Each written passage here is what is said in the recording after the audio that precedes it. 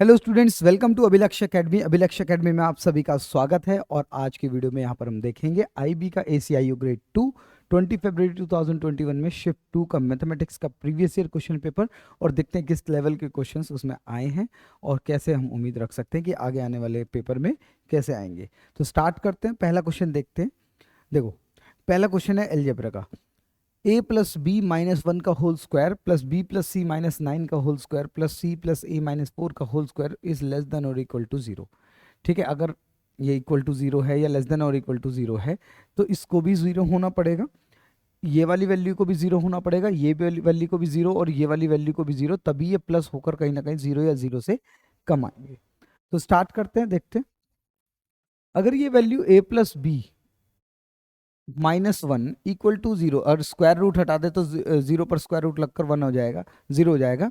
ठीक है, तो माइनस वन जाके इधर को प्लस हो जाएगा, तो ए प्लस बी की वैल्यू क्या मतलब ये हो जाएगी। मतलब अगर मैं यहाँ पर सॉल्व करूँ तो A plus B minus one का whole square is equal to zero, ये हट जाएगा, और A plus B is equal to plus one आ जाएगा। ये एक वैल्यू आ गई। ठीक है, इसी तरह से अगर मैं इसको भी B plus C minus nine को भी अगर मैं वन के बराबर रखता हूँ तो b प्लस सी की वैल्यू जो है वो नाइन आ जाएगी। इसी तरह से अगर c प्लस ए की वैल्यू जो है फोर आ जाएगी। ठीक है, फोर्थ थर्ड इक्वेशन से। ठीक है, अब यहाँ पर अगर मैं इनको सॉल्व कर लेता हूँ, इन तीनों इक्वेशंस को सॉल्व करता हूँ, तो यहाँ पर मेरे पास दो a हैं, दो b हैं, दो c हैं। तो अगर मैं इन दोनों को ऐड, तीनों इक्वेशंस को ऐड कर लेता हूँ, इसको इसको और इसको, तो twice of a plus B plus C की वैल्यू जो है 14 आ जाएगी, जिससे कि a plus B plus C की वैल्यू जो है वो 7 आ जाएगी। अब हमें पता चल गया कि a plus B plus C की वैल्यू टोटल मिलाकर कितनी आ रही है, 7। अब मुझे अगर a की वैल्यू चाहिए, क्योंकि यहाँ पर इस इक्वेशन में मुझे वो वैल्यूज़ को पुट करना है।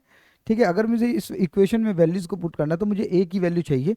a की वैल्यू पता करने के लिए b प्लस सी माइनस करना पड़ेगा, मतलब b प्लस सी की वैल्यू 9 है तो a की वैल्यू क्या आ जाएगी। अगर तीनों मिलाकर 7 है और a b प्लस सी 9 है तो इसका मतलब a की वैल्यू कितनी रही होगी, -2। ये -2 होकर ही तो वो 7 आई होगी।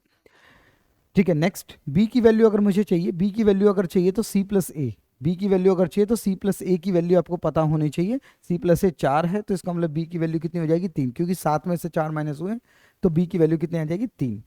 इसी तरह से अगर मुझे c की वैल्यू चाहिए, c की वैल्यू निकालने के लिए a और b माइनस करना पड़ेगा, a और b 1 है तो इसका मतलब c की वैल्यू कितनी आ जाएगी, 6।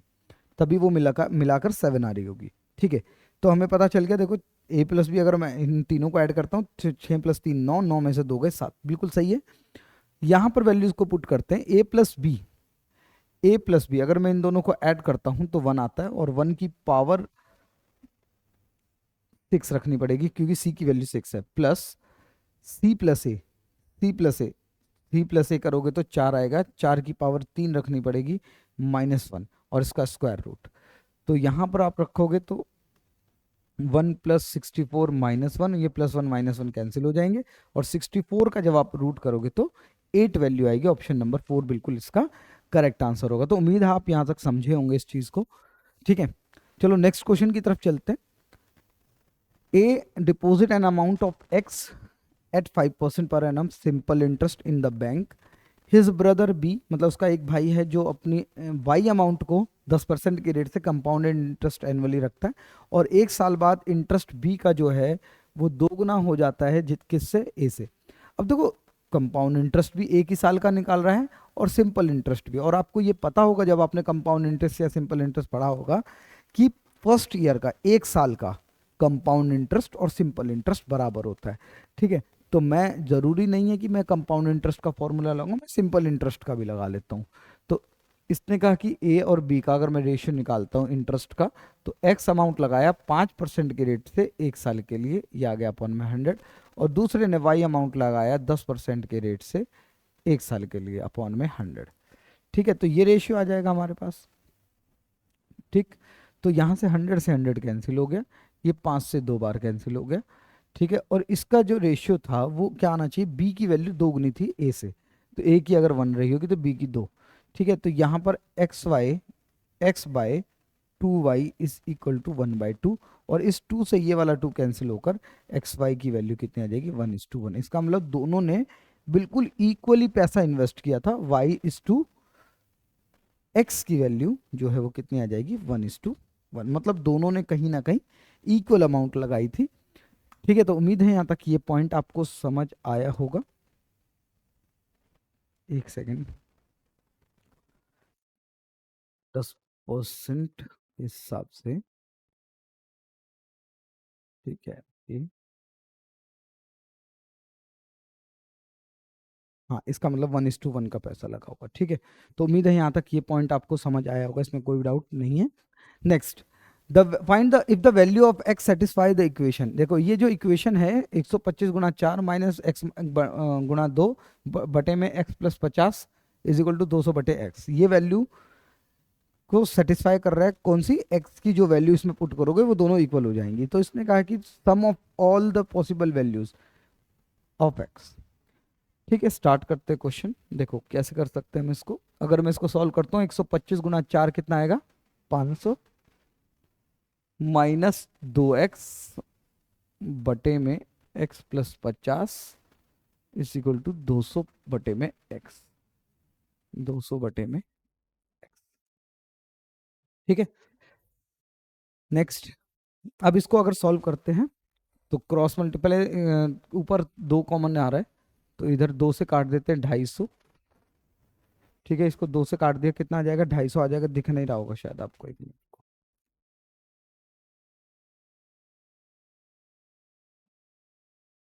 ठीक है, 2 से काट दिया आपने 250, ये 2 कट गया और ये आ जाएगा। तो कहीं ना कहीं 250 माइनस एक्स बराबर 100 बटे में एक्स बटे में एक्स प्लस 50। अब यहाँ पर अगर हम इसको सॉल्व कर लेते हैं तो इसको मल्टीप्लाई करते हैं तो 250x माइनस एक्स स्क्वायर बराबर 100x प्लस में 5000। ठीक है, और यहाँ पर ये माइनस एक्स स्क्वायर, जब इसको इधर लेके आओगे तो प्लस, सॉरी माइनस 150 बचेगा, 150x और माइनस 5000 बचेगा। ठीक है,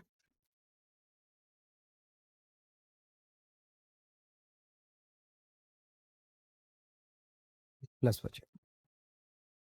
ठीक है, तो अगर मैं माइनस हटा देता हूँ तो कॉमन ले लेते हैं, तो माइनस 150x प्लस 5000 बराबर 0। अब ये बन गई है एक क्वाड्रेटिक इक्वेशन। क्वाड्रेटिक इक्वेशन बनी है तो इसका मतलब मुझे फैक्टर्स निकालने पड़ेंगे तभी x की वैल्यू निकल के आएगी।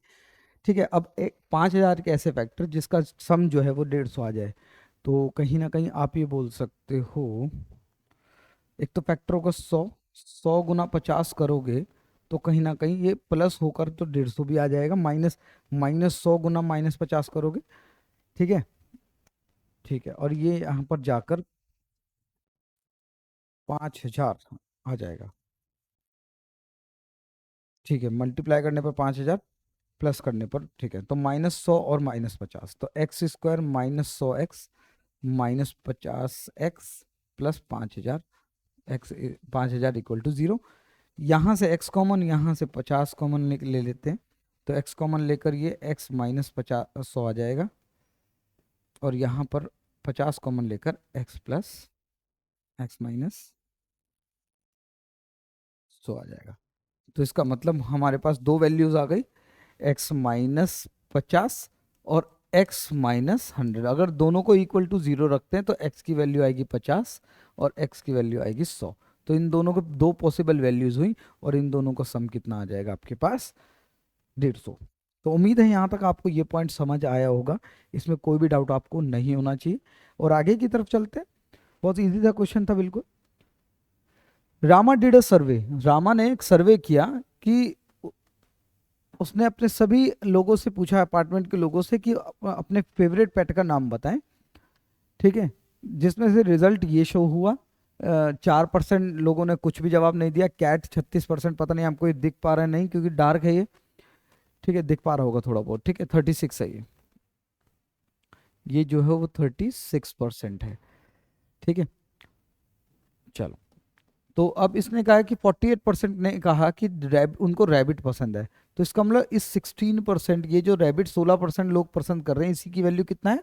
48 है। तो इसने कहा कि कितने लोगों ने ये कहा है कि उनका फेवरेट पेट जो है वो कैट होना चाहिए।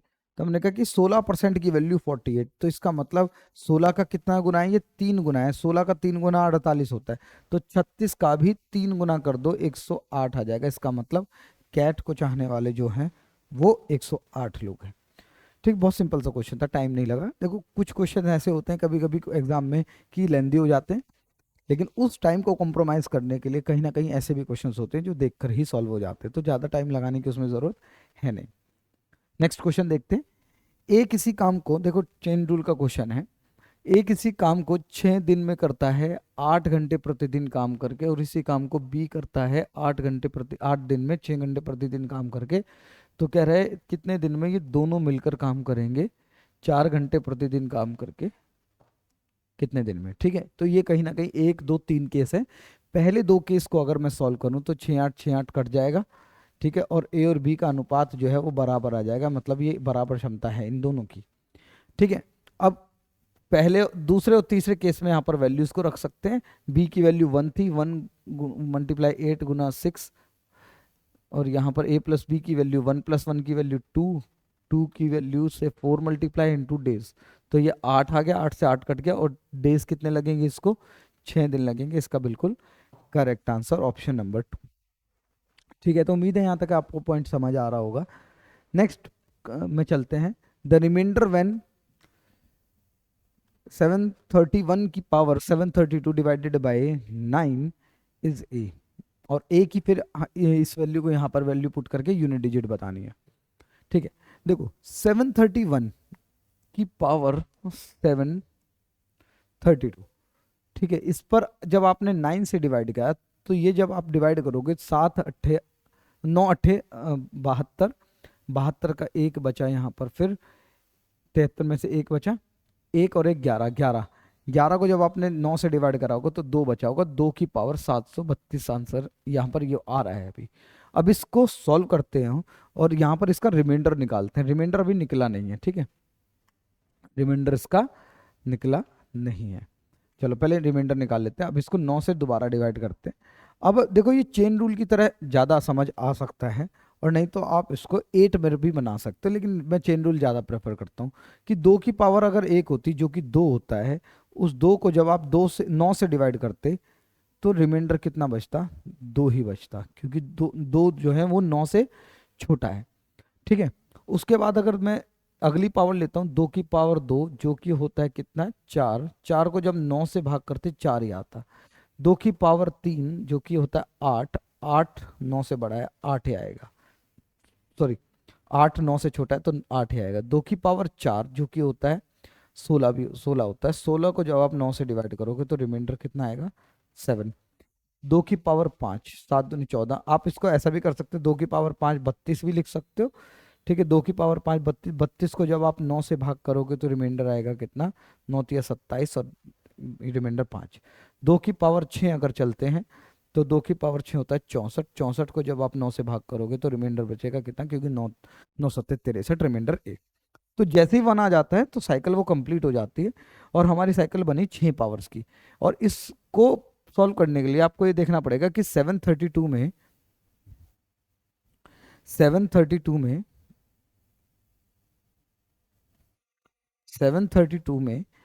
6 से कितनी डिवाइड हो रहा है, तो आप ये कहोगे 6 1 6, 1 3 6 2 12, रिमाइंडर बचा 1, और यहाँ पर आ जाएगा 2 6 2, 122 बार पूरी तरह से जा रहा है।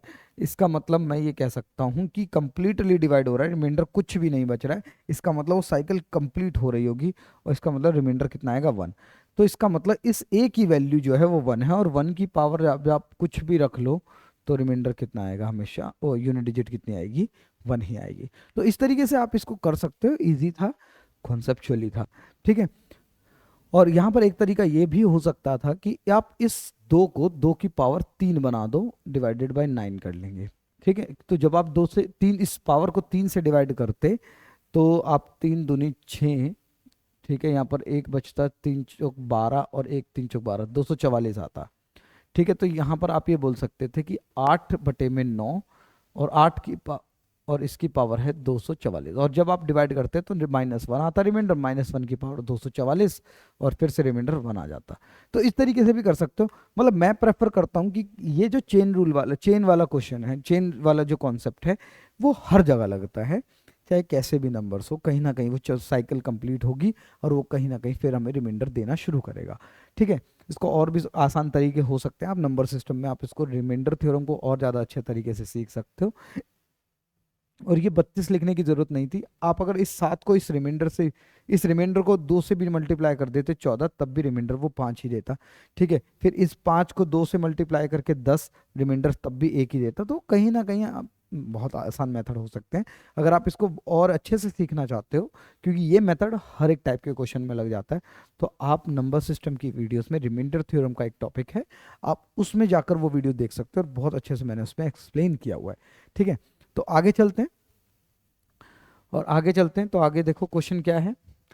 नेक्स्ट क्वेश्चन है कि एक ग्राफ आपको दिया हुआ है, इसमें दिया हुआ है कि टोटल नंबर ऑफ प्रोडक्ट्स को शो कर रहा है पी और क्यू स्टोर में डिफरेंट ईयर्स में। ठीक है, पी स्टोर कौन सा है, जो ट्राइंगल वाला पार्ट है, ट्राइंगल वाली वैल्यूज वो पी है, और क्यू जो है वो स्क्वायर वाली वैल्यू है। इसने क्वेश्चन क्या पूछा, what is the difference between the total number of product sold in store Q in 2010 and 11।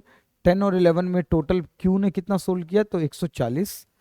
ठीक है, और पी ने 2008 और 2012 में, पी ने 2008 और 2012, पी ए ट्राइंगल वाला पार्ट 2008 और 12, तो इन दोनों का सम कितना आएगा, 55। तो इन दोनों का डिफरेंस इसने पूछा है कितना आएगा।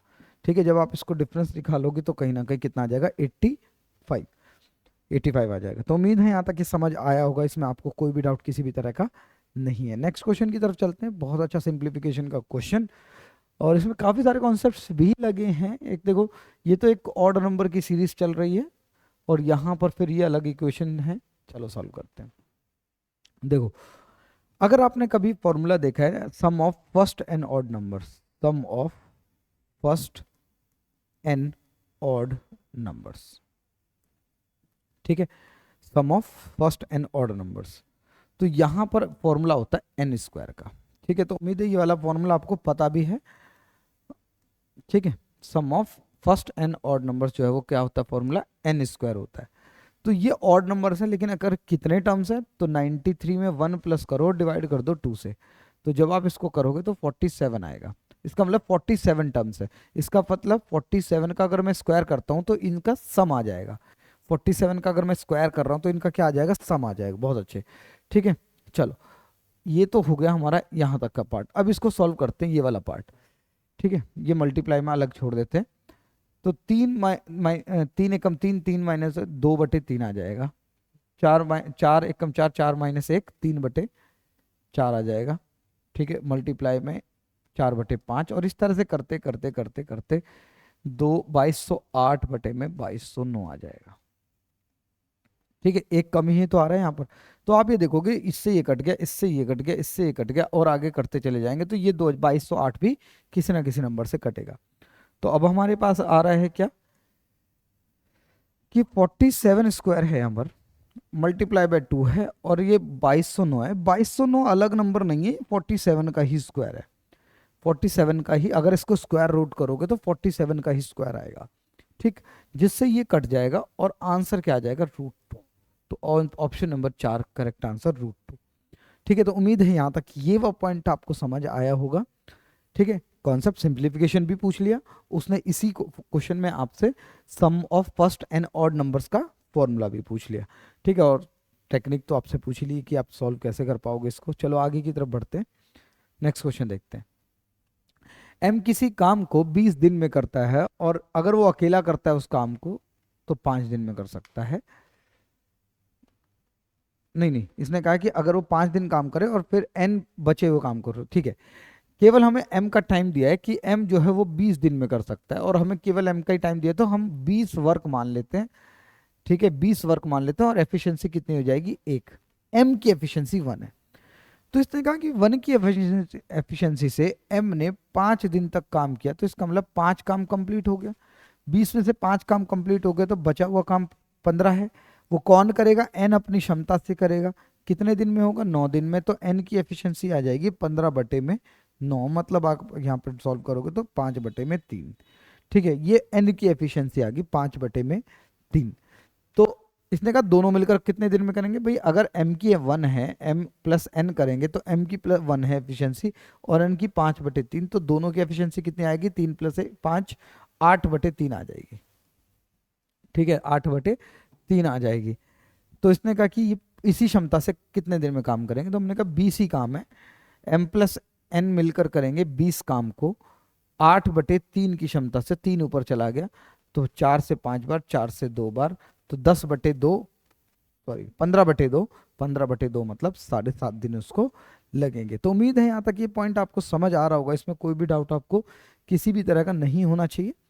ठीक है, अगले क्वेश्चन पर चलते हैं। अगला क्वेश्चन देखो क्या कह रहा है कि ए और बी दो रियल नंबर्स है जिसमें कि ए बी जो है ए से बड़ा है। ओके, बी जो है वो ए से बड़ा है और एक और दिया हुआ है ए और बी का मल्टीपल जो है वो <0 होना चाहिए। ठीक है, कोई दिक्कत नहीं। ठीक है, the sum of their square is 458। उनका स्क्वायर का सम b² प्लस a² का जो सम है वो 458 है, और उनके स्क्वायर्स का डिफरेंस मतलब b² माइनस a² का जो डिफरेंस है वो 120 है। ठीक है, दो इक्वेशन तो हमारे पास आ गई। इसको अगर हमें वैल्यू क्या चाहिए लास्ट में, a माइनस बी। ठीक है, तो ये इक्वेशन भी, ये कंडीशन भी सेटिस्फाई होनी चाहिए। अगर आप ये वैल्यूज निकालोगे तो यहाँ पर देख लेते हैं, इसको सॉल्व करते हैं तो हमारे पास ये वैल्यूज -a और प्लस a कट जाएगा। ठीक है, यहाँ पर 2b² आ जाएगा और ये प्लस हो गए तो 8 7 5 और 2 से काटोगे तो 2 8 9। ठीक है, तो b² की वैल्यू 289 आ गई है। ठीक है, इसका मतलब b की वैल्यू है 17। ठीक है, b की वैल्यू 17, और अगर मैं b² यहां पर वापस रख देता हूं, ठीक है, इस वाली इक्वेशन में, ठीक है, या ऊपर भी रख सकते हो, तो a² की वैल्यू यहां पर जब आप रखोगे इसको b² की वैल्यू को, तो a माइनस होकर ये 729 में से 169 आएगी। इसका मतलब a की वैल्यू 13 आ गई स्क्वायर रूट करेंगे तो। देखो ये इक्वेशन सेटिस्फाई हो रही है, ये वाली कंडीशन, हाँ b a से बड़ा है। और अगर इन, एक सेकेंड, माइनस आएगा ये। ठीक है, क्योंकि ये वैल्यू बड़ी है और ये इधर आएगा। ठीक है, -169, तो ये a की वैल्यू भी यहां पर, एक सेकेंड रुको,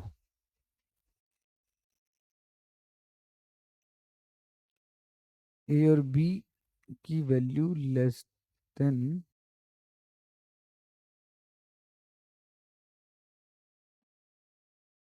0 होनी चाहिए।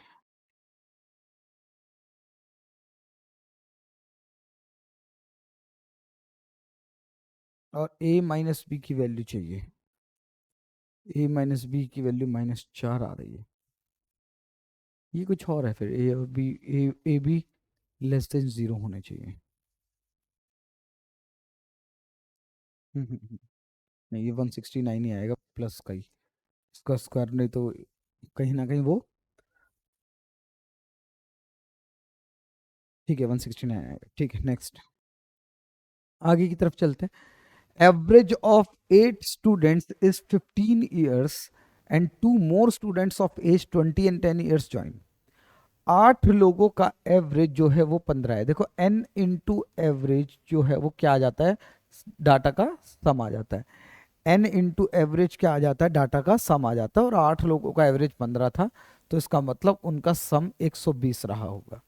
इसने कहा दो लोग आ जाते हैं 20 और 10 ईयर के, तो जब दो लोग आएंगे 20 + 10 साल के, तो इसका मतलब ये हो जाएंगे 150, और 8 की जगह लोग हो जाएंगे 10, 10 को एवरेज कितनी होनी चाहिए कि 150 आना चाहिए, तो x की वैल्यू कितनी आ जाएगी 15। तो इसने कहा कि एवरेज कितनी रही, हमने कहा 15 थी, अभी भी 15 है, तो क्या आंसर आ जाएगा, रिमेन्स सेम। ठीक है, उम्मीद है यहाँ तक ये पॉइंट समझ आया होगा इसमें। चलो नेक्स्ट क्वेश्चन पर आते हैं। नेक्स्ट क्वेश्चन देखो क्या कह रहा है, ग्राफ दिया हुआ है यहाँ पर एक्सपोर्ट ऑफ द जूट के बारे में, और 2011 से 2017 के बीच। इसने कहा कि कौन से ईयर में मैक्सिमम परसेंटेज ऑफ डिक्रीज है। ठीक है, पहला ऑप्शन देखते हैं 14-15, यहाँ पर कितना डिक्रीज हुआ। तो हमने कहा देखो डिक्रीज 0.1 और 2.1 का डिक्रीज हुआ 9.9 पर मल्टीप्लाई बाय 100। ठीक है, डेसिमल से डेसिमल। अगर मैं इसको 100 मान लेता हूँ, अप्रोक्सीमेशन यूज करता हूँ, तो ये 100 मान लिया, बड़ा है मैंने नंबर, तो ये 21% है। 21% से आंसर बड़ा होना चाहिए। पहला ऑप्शन तो हमारा ये आंसर आ रहा है। ठीक है, 21% के से आंसर बड़ा आना चाहिए। ठीक है, आपने डिनोमिनेटर बढ़ाया है तो आंसर भी बड़ा आना चाहिए। ठीक है, नेक्स्ट दूसरा ऑप्शन है 12-13, 12-13 ये वाला। तो यहाँ पर आप डिफरेंस देखोगे, 0.4, 14 में से 5 गए 9, 0.9 आएगा। यहाँ पर 10 में से 9 गए, एक बचेगा, 1.9 गया 11.4 पर मल्टीप्लाई बाई 100। डेसिमल से डेसिमल कैंसिल हो गया। अगर आप चाहो तो इसको 110 बना सकते हो, लेस कर दिया आपने, एक जीरो से जीरो कैंसिल हो जाएगा। 190 को 11 से भाग करोगे तो 11 एकम 11, और यहाँ पर 8 बचेंगे, 11 7 17 पॉइंट समथिंग से आंसर छोटा होना चाहिए। आपने छोटा किया तो आंसर छोटा होना चाहिए, 17% से आंसर छोटा होना चाहिए। थर्ड पर आते हैं 2011-12, 11-12 में तो इंक्रीज हो रहा है, तो ये तो आंसर हो नहीं सकता वैसे भी। 15 और 16 में अगर बात करें, 15 और 16 में कितना डिक्रीज हो रहा है, तो आप ये कहोगे 8 में से 2 के 6 पॉइंट, और यहाँ पर 2.6 का डिक्रीज हो रहा है 7.8 पर मल्टीप्लाई बाय 100। ठीक है, इस कैंसिल हो गया। इसको 80 मान ले, 78 को 80 मान ले तो बढ़ा ले, तो ये 4 आ जाएगा, ये 5 आ जाएगा, और ये 130 बटे में 4, 4 से भाग करोगे 4 तिया 12, और यहाँ पर एक बचा, 4 दूनी 8। ठीक है, 32, इसका 32% के आसपास आंसर आ रहा है। तो सबसे हाईएस्ट जो है, मैक्सिमम जो डिक्रीज होगा 2015 से 16 में होगा, और यही आपका करेक्ट आंसर भी है। ठीक है, उम्मीद है यहाँ तक ये पॉइंट आपको समझ आया होगा, इसमें कोई भी डाउट आपको किसी भी तरह का नहीं होना चाहिए। ठीक है, और आगे की तरफ चलते हैं। देखो, इसने कहा कि एक रेगुलर पॉलीगन है 4p+2, 4p+2, जिसमें क्या है, नंबर ऑफ साइड्स है, where p is a positive integer. ठीक है, where p is a positive integer. आपको बताना है कि रेशियो क्या है इंटीरियर एंगल और एक्सटीरियर एंगल का। ठीक है, अगर हम यहाँ पर बात करें कि एक्सटीरियर एंगल का रेशियो फॉर्मूला क्या होता है, तो n-2π/n होता है। ठीक है, और दूसरा जो हमें पूछा गया है, वो पूछा गया इंटीरियर एंगल, है ना, इंटीरियर एंगल पूछा गया है, और इंटीरियर एंगल का फॉर्मूला क्या होता है आपके पास, 2π/n। और इसने कहा कि ये जो है ना, यहाँ पर इस फॉर्मूले में n की वैल्यू क्या होती है, नंबर ऑफ साइड्स होती है, इसका मतलब ये नंबर ऑफ साइड्स है, तो हम इसको n की जगह पर पुट करेंगे, तो 4p+2 -2 पाई, अच्छा पाई से पाई कैंसिल कर देते हैं। ठीक है, n से n कैंसिल कर देते हैं।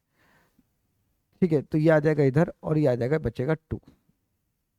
ठीक है, जब आप इसको सॉल्व कर दो प्लस माइनस कट जाएगा, 4p/2 आ जाएगा, और 2 से काटोगे तो 2p/1 आ जाएगा। बस ये इसका करेक्ट आंसर है, फॉर्मूले के ऊपर बेस था, इंटीरियर एंगल और एक्सटीरियर एंगल के ऊपर। ठीक है, तो उम्मीद है यहाँ तक ये पॉइंट आपको समझ आएगा। n-2π/n और 2π/n, ये इसका एक्सटीरियर और इंटीरियर का एंगल का फॉर्मूला है।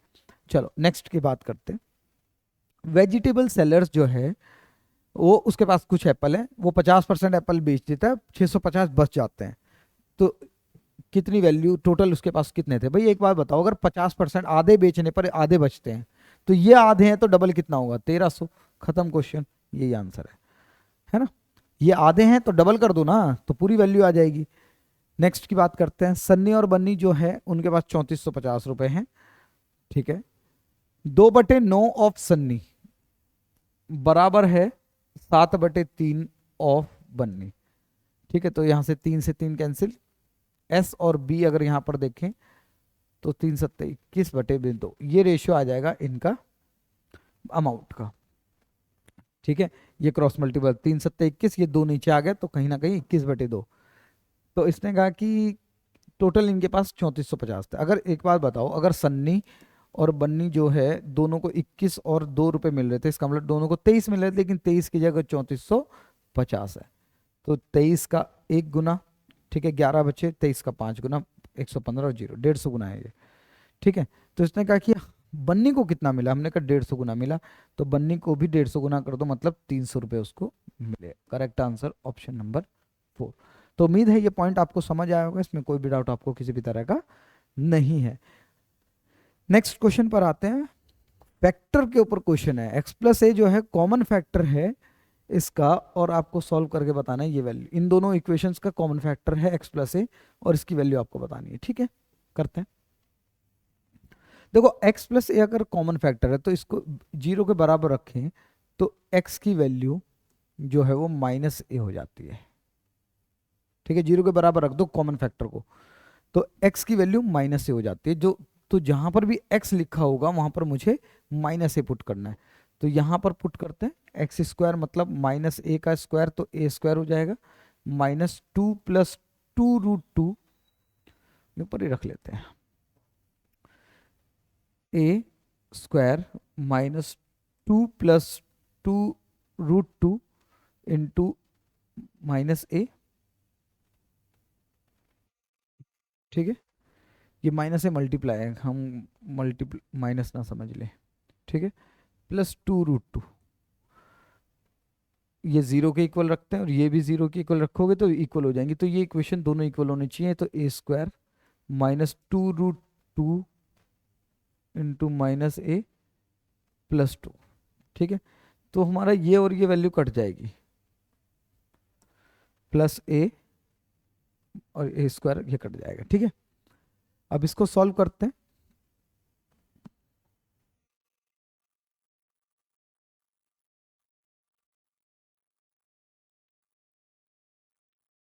इसको मल्टीप्लाई कर लेते हैं पहले, बाद में इसको खोल लेंगे।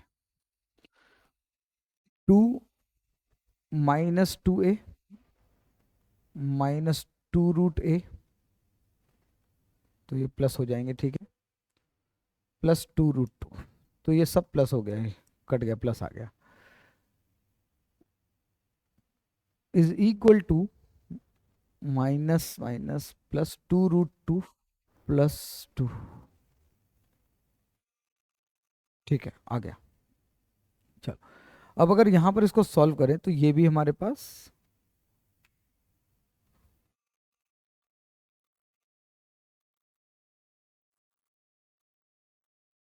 ये आएगा ए। ठीक है, तो यहां पर अब हमारे पास इक्वेशन आ रही है 2a + √2a is equal to 2√2a -2√2 +2। ठीक है, ठीक है, ये कट जाएगा और हमारे पास ये a की वैल्यू रहेगी। तो हमारे पास आ जाती है 2a - 2 is equal to √2a -2√2।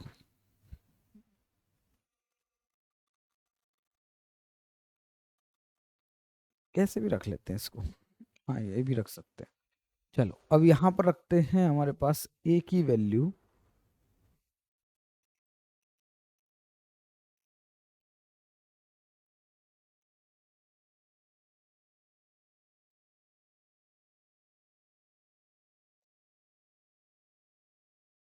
देखते हैं। मुझे लगता है कुछ गलती हो गई है, दोबारा से एक बार देख लेते हैं इसको।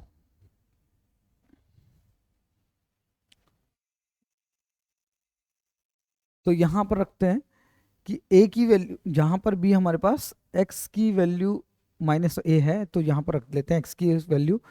तो ए स्क्वायर माइनस ए का स्क्वायर करेंगे तो ए स्क्वायर आ जाएगा, पॉजिटिव आ जाएगा, -2 + √2 इंटू माइनस ए।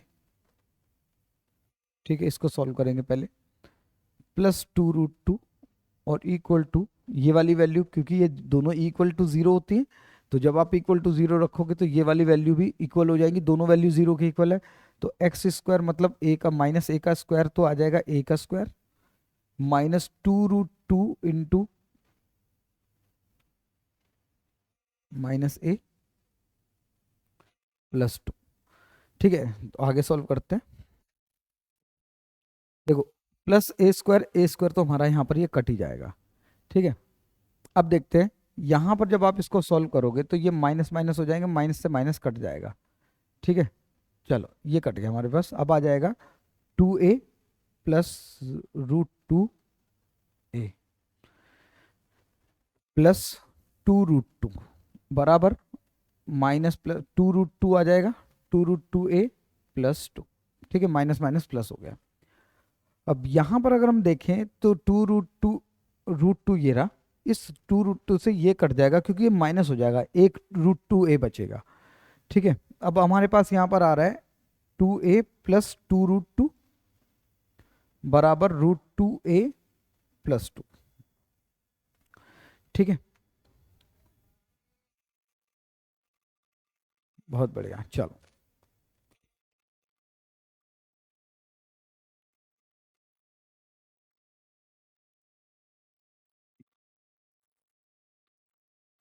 ठीक है,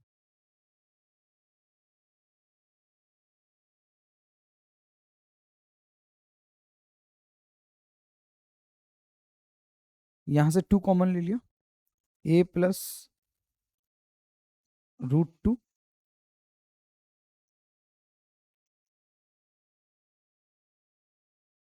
√2a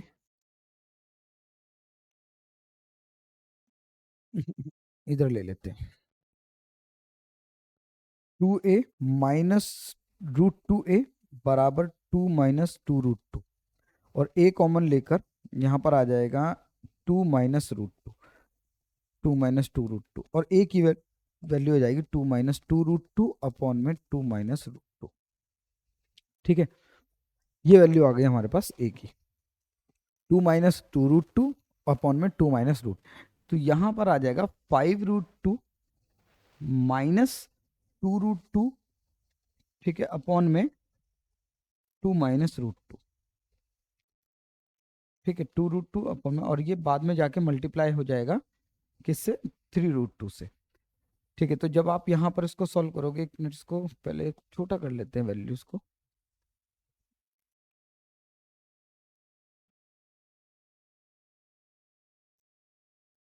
इसको इधर ले आते हैं। ठीक है, तो यहाँ पर जब इस एलसीएम लोगे आप, तो ये 5 दूनी 10, 10√2 आएगा, माइनस 5 दूनी 10 आ जाएगा, -10 आ जाएगा। और जब इसको सॉल्व करें, -2 प्लस 2√2 अपॉन में 2 माइनस √2 इंटू 3√2 का रूट। ठीक है, इसको मल्टीप्लाई करोगे तो ये आ जाएगा 10 और 2 12, 12 × 36, या यहाँ पर लिख लेते हैं पहले 12√2 -12 इंटू 3√2/2 - √2। ठीक है, जब आप इसको सॉल्व करोगे तो 12 × 36, 36 दूनी 72, 72 माइनस 36√2 अपॉन में 2 - √2 का रूट।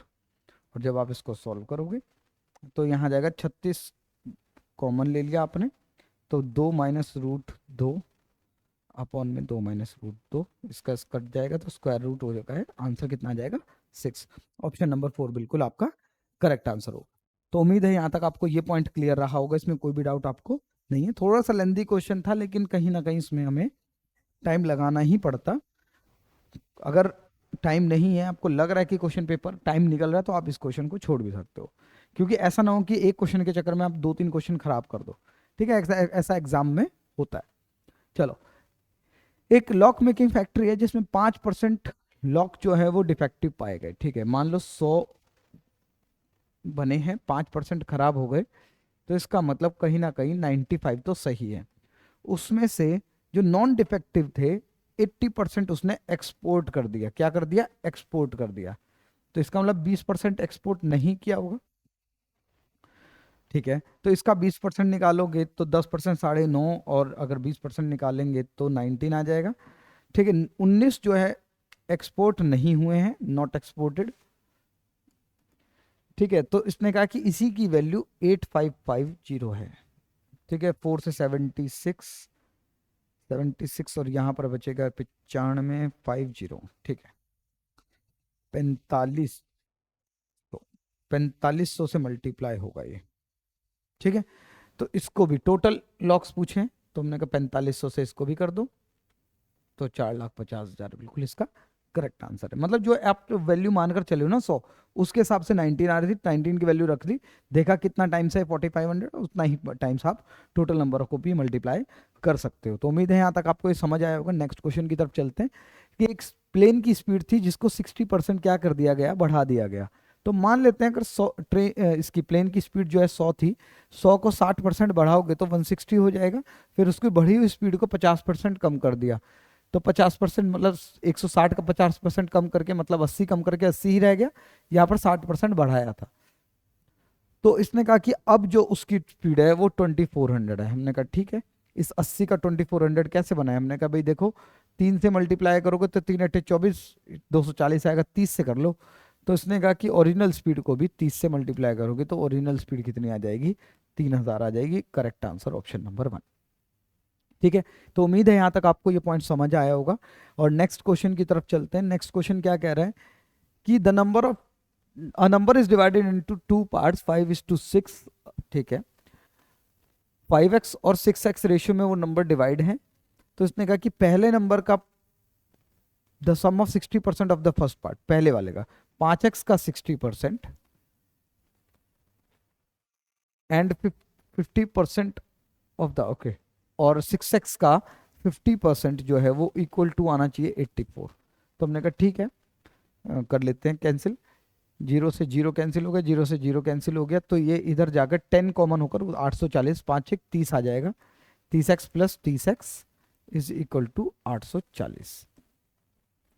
ठीक है, 0 से एक 0 और काट लेते हैं, तो ये आ जाएगा 6x इज इक्वल टू 84, और 6 की वैल्यू आ जाएगी 6 कम 6, 6 चौक 24। तो इसका मतलब x की वैल्यू 14 आ गई। अब इसने कहा कि दोनों नंबर को बढ़ा दिया जाए 10 से। ठीक है, तो इसने कहा कि what will be respective ratio between the old numbers and the new numbers, sum of the. ठीक है, तो हमने कहा कि पहले वाले नंबर का सम 5x 6x 11x, 11x को 14 से मल्टीप्लाई करोगे तो 154 आ जाएगा। और इसी में जब 10 बढ़ा दिए गए होंगे तो 174 आ जाएगा। जब आप इसको काटोगे, 2 से काट लो तो 77, और यहाँ पर 2 से काटोगे तो 87। तो 77 और 87 इसका क्या आ जाएगा? करेक्ट आंसर आ जाएगा। तो उम्मीद है यहाँ तक आपको समझ आया होगा। आप x की वैल्यू को पुट करके आप इनको ऐड भी कर सकते हैं, 154। मैंने क्या करा, 5 और 6 11, 11 को x के मल्टीप्लाई कर दिया तो कहीं ना कहीं 154 आ गया, और 174। ठीक है, और आज की क्लास का बिल्कुल लास्ट क्वेश्चन, दो नंबर का एलसीएम 15 गुना है एचसीएफ का। मतलब हम ये बोल सकते हैं एलसीएम जो है 15 गुना है एचसीएफ का। और हमें एक फॉर्मूला एलसीएम एचसीएफ में आपने सीखा था कि दो नंबर्स का मल्टीपल हमेशा उसके एचसीएफ और उनके एलसीएम के मल्टीपल के क्या होता है? हमेशा इक्वल होता है। तो हमने कहा ठीक है, इसने कहा कि दो नंबर का प्रोडक्ट जो है 4860 है, 4860 है, और एचसीएफ हमें नहीं पता है, और एलसीएम है 15 एचसीएफ। ठीक है, इस एलसीएम की जगह हमने क्या रख दिया? 15 एचसीएफ। तो जब आप इसको सॉल्व करोगे तो आप 15 से इसको डिवाइड कर लो, 15 तिया 45, 15 तिया 45, यहाँ पर 3 बचे, 15 दूनी 30, और ये 324। तो एचसीएफ का स्क्वायर जो है वो 324 है, और जिससे कि एचसीएफ कितना आ जाएगा? 18 आ जाएगा। जिससे एचसीएफ कितना आ जाएगा? 18 आ जाएगा। ठीक है, अब अगर एचसीएफ 18 आ गया है तो हम इसने पूछा क्या है? Maximum possible difference between the numbers. तो हमने कहा कि सबसे जो बड़ा डिफरेंस आता है ना, हमेशा ध्यान रखना है, इस एचसीएफ को अगर मैं यहाँ रख देता हूँ तो 18 है, और जैसे ही मैं 15 से 18 को मल्टीप्लाई करूंगा, ठीक है, तो 15 को पहले 10 से कर लेते हैं, 18 को 15 से करना है ना, पहले 180 आ जाएगा, और 18 पंजे 90, तो 270, ये 270 है। यही वो दोनों नंबर रहे होंगे जिनका एचसीएफ भी 18 आएगा और ये भी आएगा। तो इन दोनों का डिफरेंस ही आपको निकालना है, जो कि कितना आ जाएगा? 252, और ये बिल्कुल आपका करेक्ट आंसर होगा। तो उम्मीद है यहाँ पर ये पॉइंट आपको समझ आ गया होगा। और आज की वीडियो आपको कैसी लगी प्लीज़ कमेंट बॉक्स में लिख कर बताएं, और अगर आपको कोई भी सजेशन देना है तो बिल्कुल दें, कमेंट बॉक्स हमेशा आपके खुला है। और वीडियो को अगर अभी तक लाइक नहीं किया है और चैनल पर अगर नए हैं तो चैनल को जरूर सब्सक्राइब करें। थैंक यू, मिलते हैं नेक्स्ट वीडियो में।